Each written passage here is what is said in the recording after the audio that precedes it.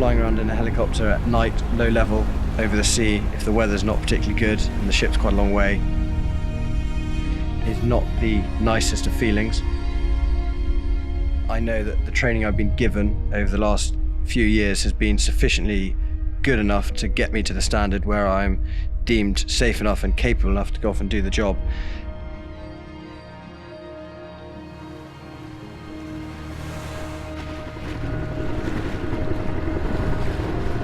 I think the most challenging task that we have to do is what we call secondary role flying. So that is going around winching people or load lifting. It's more complicated because the pilot is keeping the helicopter in very close proximity to a ship, the point that you're winching or picking up an underslung load from. It's complicated because you've got a human being on the end of the winch wire, so you're very aware of exactly what you're responsible for. And as the observer, you are coordinating everything from getting the helicopter to the right position, to getting the person on the end of the wire. You might be picking someone out of the sea, you might be transferring a doctor to a fishing boat where there's an injured fisherman on board, you might be picking up stores from another ship that's not big enough to land a helicopter on.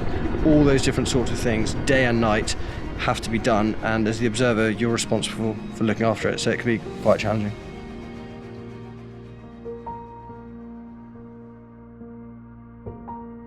I started playing polo just after I'd finished my officer training at Dartmouth. Although polo is open to all ranks and rates within the Navy, I was very lucky that at that stage of our naval training, we were given the opportunity to go and conduct 2 weeks of sport, or AT, and I decided I wanted to go and do something slightly different, and I had heard about the Royal Navy polo team, so I got in touch with them and they were able to put me on a novice course along with 3 other of my oppos.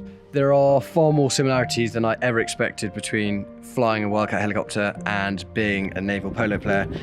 The obvious ones are the fact that you're entirely reliant on something else. They're both quite temperamental, they both take a lot of looking after, they both take a team of engineers or grooms to keep them going, and you've got to have a huge amount of respect for them. A helicopter can do amazing things, as can a horse, but if you don't treat a helicopter with respect, you can get yourself into some serious trouble, and if you don't treat a horse with respect, you will definitely get yourself into some serious trouble.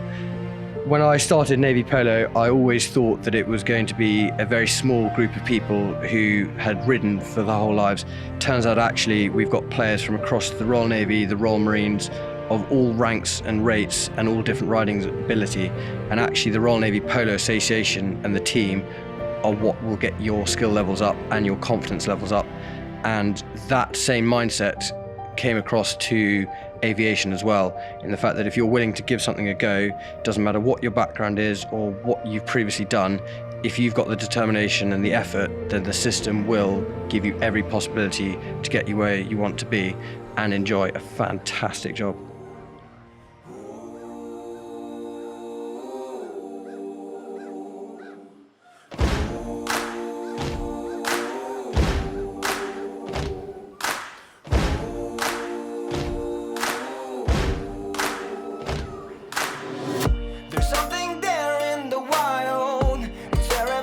Of me, people fight for survival.